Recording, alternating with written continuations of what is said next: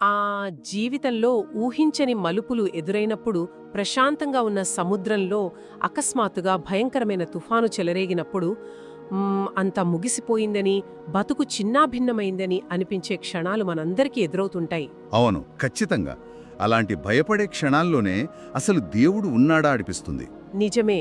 కానీ ఆ భయంకరమైన చీకటిలో, ఆ గందరగోళంలో దేవుని అదృశ్య హస్తం ఎంత విశేషంగా పనిచేస్తుందో గ్రహిస్తే ఎవరికైనా ఆశ్చర్యం కలగక మానదు. అందరికీ నమస్కారం. ఈ దైనందిన బైబిల్ అధ్యయన పరంపరలో 49వ భాగానికి స్వాగతం. ఈనాటి ఈ లోతైన అధ్యయనంలో మనం ఆదికాండము 44వ అధ్యాయంలోకి అడుగుపెడుతున్నాం.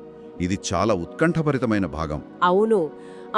దానిలోకి వెళ్లే ముందు గత అధ్యాయంలో జరిగిన సంఘటనను ఒక్కసారి కళ్ల ముందుంచుకుందాం. కరువుతో అల్లాడుతున్న కనాను దేశం నుండి వచ్చిన యాకోబు కుమారులు ఈజిప్టు రాజభవనంలో ఒక ఊహించిన విందును ఆస్వాదించారు కదా. అద్భుతమైన విందు అది. ముఖ్యంగా అందరికంటే చిన్నవాడైన బెంజామీనుకు ఏకంగా 5 రెట్లు ఎక్కువ ఆహారం లభించింది. వారి సంచుల నిండా ప్రాణాధారమైన ధాన్యముంది. అంతేకాదు, వారు తెచ్చిన డబ్బు వారికే తిరిగి ఇవ్వబడింది. ఎన్నో రోజుల తర్వాత వారి ముఖాల్లో నిజమైన చిరునవ్వు చూస్తాం మనం. ఎట్టకేలకు కరువు తీరింది, సురక్షితంగా ఇంటికి వెళుతున్నామన్న సంతోషం వారిది. అదే కదా. ఉదయం లేత సూర్యరశ్మి రాగానే వారు తమ ప్రయాణాన్ని ప్రారంభించారు. కానీ ఆ సంతోషం ఎంతోసేపు నిలవలేదు. సంతోషం స్థానంలో ఒక్కసారిగా మరణ భయం ఆవహించింది. ఖచ్చితంగా. అకస్మాత్తుగా వెనుక నుండి ఈజిప్ట్ అధికారుల రథచక్రాల శబ్దం, దుమ్ము రేపుకుంటూ వస్తున్న గుర్రాల అరుపులు, ప్రశాంతత చిన్నాభిన్నమైపోయింది. ఈ క్షణం నుండి ఈ 44వ అధ్యాయం ఒక ఆసక్తికరమైన మలుపు తీసుకుంటుంది. అసలు ఆ ఉదయం అక్కడ ఏం జరిగిందంటారు? ఆ దృశ్యాన్ని మనం ఊహించుకుంటేనే గుండె వేగం పెరుగుతుంది. ఆ ఉదయం వారి ప్రయాణం ఎంత ప్రశాంతంగా మొదలైందో, ఆ రథాల శబ్దం వారి గుండెల్లో అంతటి ప్రకంపనలు సృష్టించి ఉంటుంది.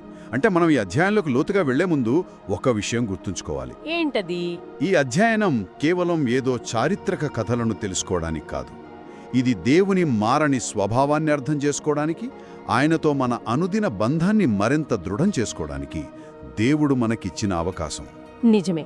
ఒక సజీవమైన బంధం దేవునితో ఏర్పడాలి. అవును. ఇప్పుడు మొదటి 5 వచనాలను మనం గమనిస్తే, యోసేపు తన గృహ నిర్వాహకుణ్ణి పిలిచి ఒక వ్యూహం పన్నుతాడు.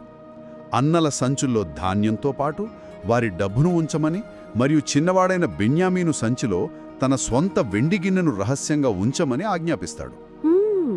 వారు నగరం దాటి కొంత దూరం వెళ్లగానే ఆ అధికారి వారిని వెంబడించి దొంగతనపు నింద మోపుతాడు కదా. అవును.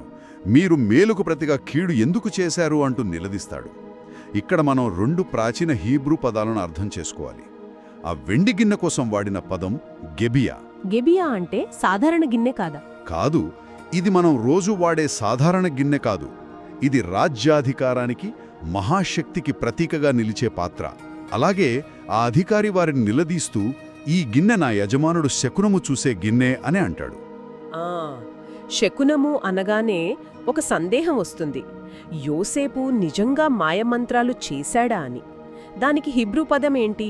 దానికి వాడిన హిబ్రూ పదం నాహాష్. దేవుని భక్తుడైన యోసేపు నిజంగా మాయమంత్రాలు చేశాడా అని సహజంగానే సందేహం రావచ్చు. కాని ఆయన ఎలాంటి మంత్రతంత్రాలు చేయలేదు.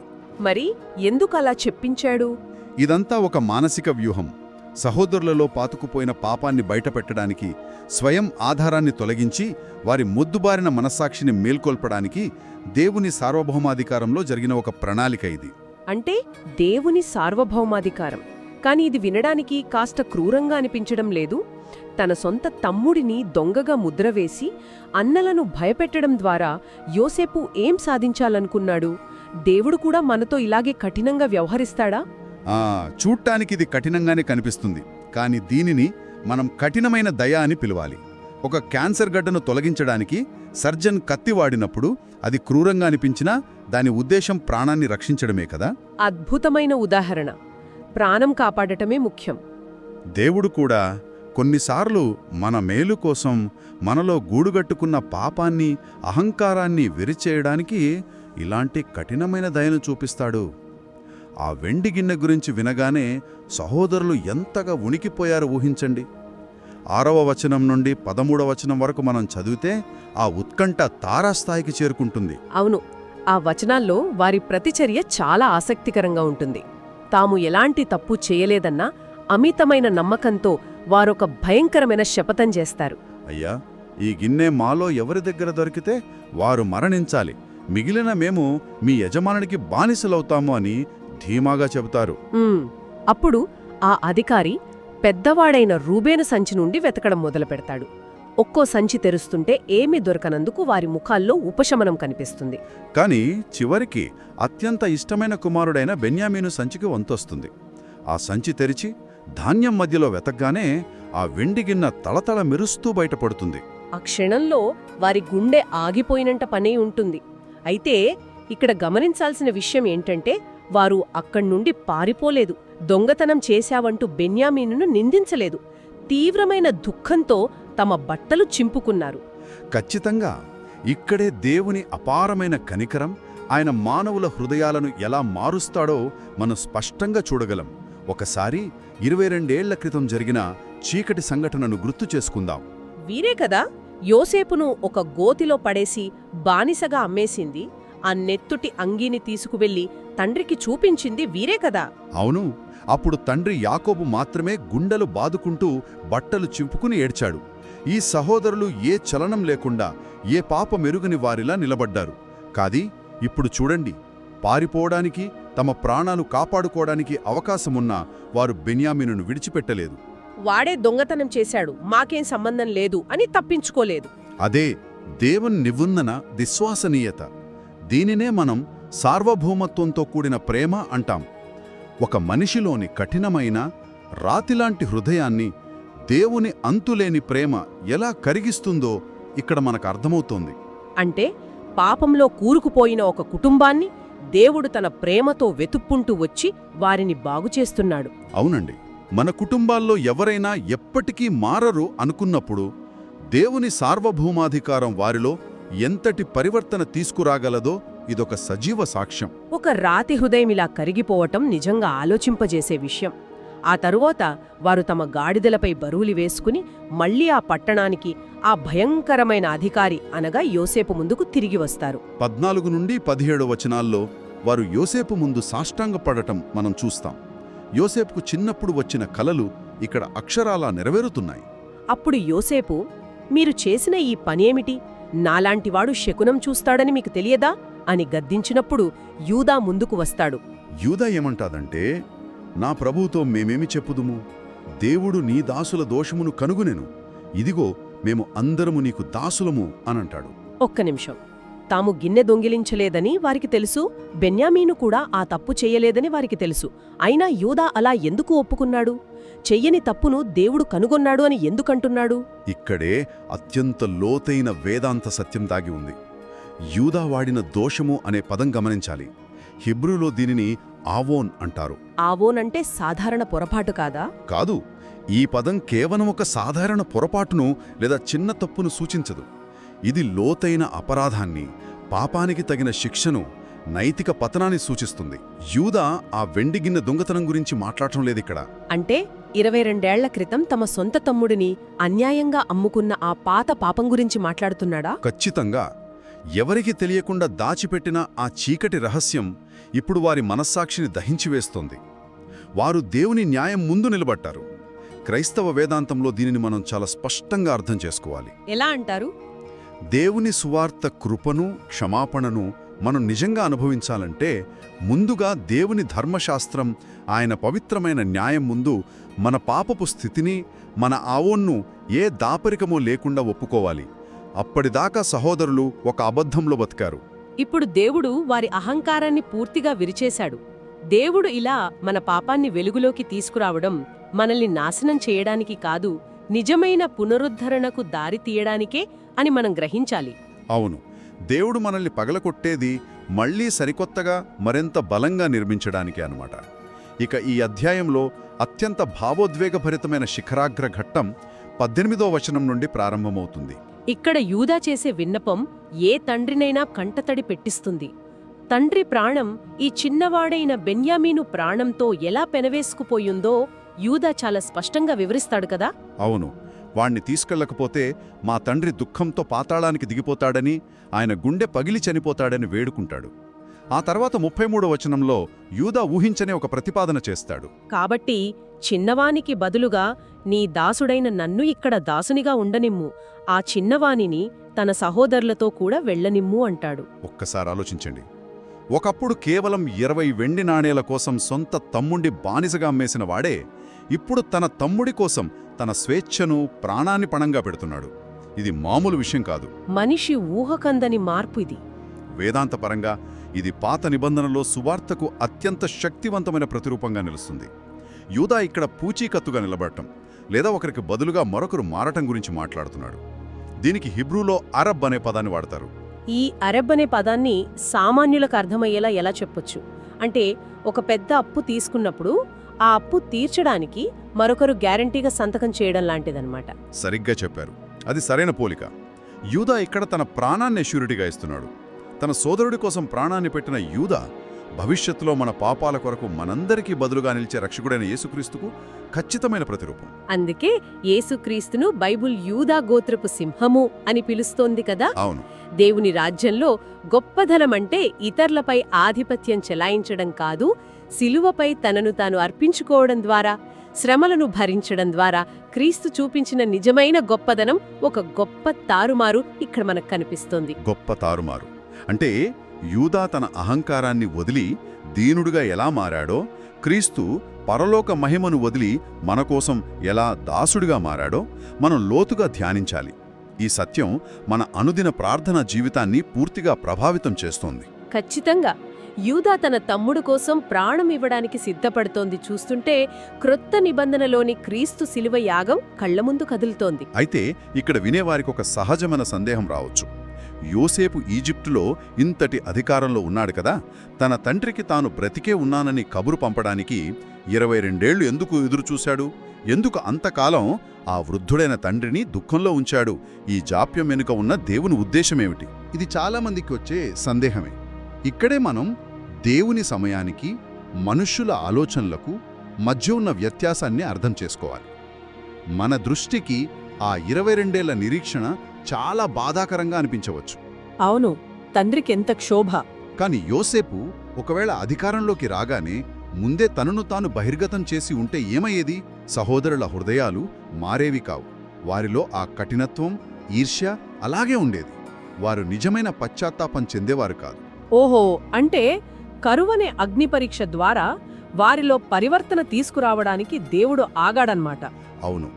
బెన్యామీను కోసం ప్రాణాలివ్వడానికి యూదా సిద్ధపడేంతగా వారి మనస్సులు పక్వానికి వచ్చే వరకు దేవుడు వేచి ఉన్నాడు. దేవుని జాప్యం ఎన్నటికీ ఆయన నిరాకరణ కాదు అన్న సత్యం ఇక్కడ స్పష్టమవుతోంది. దేవుని జాప్యం నిరాకరణ కాదు. ఎంత అద్భుతమైన మాట.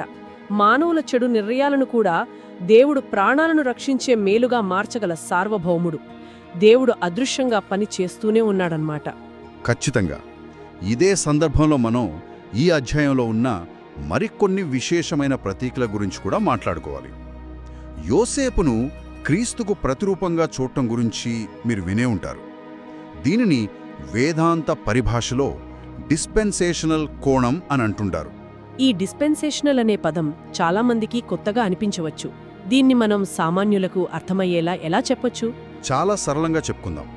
డిస్పెన్సేషనల్ అంటే చరిత్రలోని వివిధ కాలఘట్టాలలో దేవుడు మానవాళితో, ముఖ్యంగా ఇశ్రాయేలు జనాంగంతో ఎలా వ్యవహరించాడో అర్థం చేసుకునే ఒక విధానం. ఈ కోణంలో చూస్తే ఈ కథ కేవలం ఒక కుటుంబం యొక్క గొడవ కాదు. మరేమిటి? ఇది భవిష్యత్తులో జరగబోయే మహాద్భుతమైన దేవుని ప్రణాళికకు ఒక నీడ లాంటిది. యోసేపు జీవితం యేసుక్రీస్తు జీవితానికి ఒక స్పష్టమైన ప్రవచన రూపకల్పన. ఎలాగంటే ఇద్దరూ తండ్రికి ఇష్టమైన కుమారులు తమ సొంత సహోదరులచే తిరస్కరించబడ్డారు, అన్యుల చేతుల్లో అన్యాయంగా శ్రమలు పడ్డారు.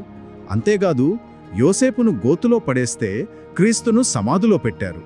కానీ ఇద్దరూ అక్కడి నుండి అత్యున్నత అధికారానికి హెచ్చించబడ్డారు, లోక రక్షకులుగా మారారు. ఈ పోలికలు వింటుంటే ఎంతో ఆశ్చర్యంగా ఉంది. ఈ కథ భవిష్యత్తుని ఇంకా ఎలా సూచిస్తుంది? ఇక్కడే మనం ఒక ఆసక్తికరమైన విషయాన్ని గమనించాలి. యోసేపు తన సహోదరులచే తిరస్కరించబడిన కాలంలో ఈజిప్టులో అనగా ఒక అన్యదేశపు స్త్రీని వధువుగా చేసుకున్నాడు. అలాగే క్రీస్తు ఇజ్రాయేలు జనాంగంచే తిరస్కరించబడిన ఈ ప్రస్తుత కాలంలోనే అన్యుల నుండి తన వధువును అనగా క్రైస్తవ సంఘాన్ని ఏర్పరచుకుంటున్నాడు. వావ్, ఇదొక అద్భుతమైన ప్రతీక. ఇక్కడ వచ్చిన భయంకరమైన కరువు భవిష్యత్తులో రాబోయే మహాశ్రమలకు ప్రతీకగా వేదాంతులు చెబుతారు. ఆ కరువు కాలంలోనే ఇజ్రాయేలు జనాంగం తమ అహంకారం విడిచిపెట్టి పశ్చాత్తాపానికి నడిపించబడతారు. కానీ ఒక చిన్న సందేహం. యోసేపు అన్నలు కరువు వల్ల ఈజిప్టుకు వచ్చారు కదా, తమ సొంత తమ్ముడిని వారు ఎందుకు గుర్తుపట్టలేకపోయారు? ఎందుకంటే ఆ సమయానికి యోసేపు ఈజిప్టు భాష మాట్లాడుతున్నాడు, అన్యదేశపు రాజు వస్త్రాలు ధరించాడు. అందుకే సహోదరులు అతన్ని ఒక పరాయి దేశపు అధికారిగా చూశారే తప్ప తమ సొంత తమ్ముడుగా గుర్తించలేదు. అదేవిధంగా నేడు ఇశ్రాయేలు జనాంగం యేసుక్రీస్తును తమ నిజమైన మెస్సియాగా గుర్తించకపోవడానికి కారణం కూడా ఇదేనా? అవును, ఖచ్చితంగా. ఆయన గత 2000 ఏళ్లుగా అన్య క్రైస్తవ సంఘం యొక్క ఆచారాలు, వారి భాష, వారి పద్ధతుల మధ్య ఉన్నట్లు యూదులకు కనిపిస్తుండటమే దీనికి కారణం. ఆయన తమ సొంత యూదా గోత్రపు వాడని వారు ఇంకా పూర్తిగా గ్రహించలేదు. ఇది నిజంగా చాలా లోతైన ఆలోచన. సరే, ఈ మొత్తం కథలో బెన్యమీన్ గురించి కూడా ఒక ప్రత్యేకమైన దృక్పథం ఉందని విన్నాను. బెన్యమీనుకు 5 రెట్లు ఎక్కువ ఆహారం ఎందుకు ఇచ్చారంటారు? ఆ బెన్యమీను తరం అనే భావన ఏమిటి? అది దేవుని కృపను వివరించే ఒక అందమైన సత్యం. యాకోబు భార్యలలో రాహేలు అనగా హీబ్రూలో గొర్రెపిల్ల అని అర్థం. ఆ గొర్రెపిల్ల మరణం ద్వారా బెన్యామీను ఈ లోకంలోకి వచ్చాడు. ఇది క్రీస్తు అనే గొర్రెపిల్ల మరణం ద్వారా విశ్వాసులకు వచ్చే జీవానికి ప్రతీక. మరి మిగిలిన అన్నల సంగతి? మిగిలిన 10 మంది అన్నలు ధర్మశాస్త్రం కింద ఉన్న లియా లేదా దాసీలకు పుట్టారు. వారు తమ క్రియల ద్వారా, పనుల ద్వారా దేవుని ప్రేమను సంపాదించుకోవాలనుకునే వారికి ప్రతీక. కానీ బెన్యామీను కేవలం దేవుని కృప ద్వారా పుట్టినవాడు. అందుకే అతనికి 5 రెట్లు ఆహారం లభించింది. బైబిల్లో 5 అనేది కృపకు గుర్తు కదా? అవును. ఈ బెన్యామీను తరం నేటి క్రైస్తవ విశ్వాసులకు ప్రతీక. మనం మన సొంత నీతిపైన, మన మంచి పనులపైన కాకుండా పరలోక యోసేపు అయిన క్రీస్తు ఇచ్చే ఉచిత కృపపై ఆధారపడి జీవించాలి. దేవుని ముందు మనం శిక్షపడుతుందని భయపడే దాసుల్లా కాకుండా ఆ అపారమైన కృపను అనుభవించే ఇష్టమైన కుమారులుగా ఉండాలని ఇది బోధిస్తుంది కదా? ఖచ్చితంగా. ఈ అధ్యాయం కేవలం చరిత్రను చెప్పేది మాత్రమే కాదు, దేవునితో మన బంధాన్ని, మన అనుదిన జీవితాన్ని పూర్తిగా మార్చేసే జీవపు వాక్యం. దేవుడు ఎంత ప్రేమగలవాడో అర్థమవుతోంది. మరి ఈ సత్యాలను మనసుకు హత్తుకునేలా మనం ఎలా గుర్తుంచుకోవచ్చు అంటారు? ఈ వాక్యాన్ని మన హృదయంలో పదిలపరుచుకోవడానికి ఈ సత్యాలను అనుదినం మననం చేసుకోవాలి. ఈ మొత్తం అధ్యాయాన్ని మనం చూసినప్పుడు ఒక 4 ముఖ్యమైన విషయాలు పదే పదే మనసులో మెదులుతున్నాయి. ఒక లయబద్ధమైన ప్రార్థనలా వీటిని ధ్యానిద్దాం. చెప్పండి. మొదటిది దేవుని ముందస్తు ప్రేమ. దేవుడు మనల్ని ప్రేమించాడు, మనం మారకముందే ప్రేమించాడు. సహోదరులు శుభ్రపడే వరకు దేవుడు ఆగలేదు. ఆయన ప్రేమే వారి మార్పుకు నాంది పలికింది. రెండవది అదృశ్యమైన వాటిలో దేవుని మంచితనం. సాధారణ స్థలాలలో అసాధారణ దేవుని మంచితనం. అవును, మనకు భయంగా, గందరగోళంగా అనిపించే పరిస్థితుల్లోనూ ఆయన మంచితనం మన మేలు కొరకే దాగి ఉంటుంది. ఇక మూడవది తగ్గింపు ద్వారా గొప్పతనం. తగ్గించుకోవడంలో గొప్పతనం, సేవించడంలో శ్రేష్టత్వం. యూదా తన తమ్ముడి కోసం నేలపై పడ్డాడు. క్రీస్తు మనందరి కోసం శిలువపై బలి అయ్యాడు. ఇతరుల కోసం మనల్ని మనం తగ్గించుకోవడమే నిజమైన గొప్పదనం. నిజమే. ఇక నాలుగవది దేవుని నిబంధన నమ్మకత్వం. మార్పులేని మనుష్యులు, మారని దేవుని నమ్మకత్వం. మన వైఫల్యాలు దేవుని ప్రణాళికను ఆపలేవు. ఆయన కృప వెంబడి కృపను మనపై కుమ్మరిస్తూనే ఉంటాడు. కృప వెంబడి కృప. ఈ మాటలు వింటుంటే మనసులో ఉన్న భయాలన్నీ తొలగిపోయి ఒక గొప్ప నెమ్మది కలుగుతోంది. ఈనాటి ఈ లోతైన అధ్యయనం వింటున్న ప్రతి ఒక్కరికీ ఇదొక ఆత్మీయ ఓదార్పు. మీరు భవిష్యత్తు గురించి భయపడుతూ ఉండవచ్చు, మీ కుటుంబంలో పరిష్కారం దొరకని ఒత్తిళ్లుండవచ్చు, లేదా దేవుని వాగ్దానం కోసం సంవత్సరాల తరబడి ఎదురుచూస్తూ అలసిపోయి ఉండవచ్చు. మీ జీవితాలను శాసించేది, మీ పరిస్థితిని నియంత్రించేది దేవుడే అని మర్చిపోకండి. మీరు ఈరోజు ఎదుర్కొంటున్న ప్రతి ఇబ్బంది ఆయన అనుమతించిన కఠినమైన దయ కావచ్చు. అది మీ మేలు కొరకే ఆయన సమకూరుస్తున్నాడని భరోసా ఉంచండి. మీకు బదులుగా నిలిచి ప్రాణమిచ్చిన క్రీస్తు చూపించిన ప్రత్యామ్నాయ ప్రేమలో శాశ్వతంగా విశ్రమించండి. ఈ సత్యాలను ఈ రోజంతా ధ్యానిస్తూనే ఉండండి. మీ జీవితంలో దేవుని కఠినమైన దయను, అంటే మిమ్మల్ని సరిచేయడానికి దేవుడు అనుమతించిన శ్రమలో ఆయన దాచిన ప్రేమను మీరు ఎప్పుడైనా గమనించారా? ఆ ప్రశ్నకు సమాధానం ఆలోచించండి. ఈ అధ్యయనం మీకు ఆత్మీయ మేలును కలిగించినట్లయితే దయచేసి తదుపరి అధ్యయనం కోసం తప్పకుండా వేచి ఉండండి. మన ఛానల్ను సబ్స్క్రైబ్ చేసుకోండి. ఈ రోజు మీరు నేర్చుకున్న కొత్త సత్యం ఏమిటి? ఈ అధ్యాయం ద్వారా దేవుడు మీకు ఏమి నేర్పిస్తున్నాడు? ఈ వాక్యం విన్న తర్వాత మీరు తీసుకోబోయే ఒక ఆచరణాత్మక అడుగు ఏమిటో దయచేసి కామెంట్స్లో మాతో పంచుకోండి. అలాగే మీ విశ్వాసాన్ని బలపరుచుకోవడానికి, మీ ఆత్మీయ ఎదుగుదల కోసం ఈ దైనందిన అధ్యాయాన్ని మీ ఆధ్యాత్మిక సహోదరులతో పంచుకోండి. మరొక్కసారి దేవుడు మిమ్మల్ని దీవించునుగాక.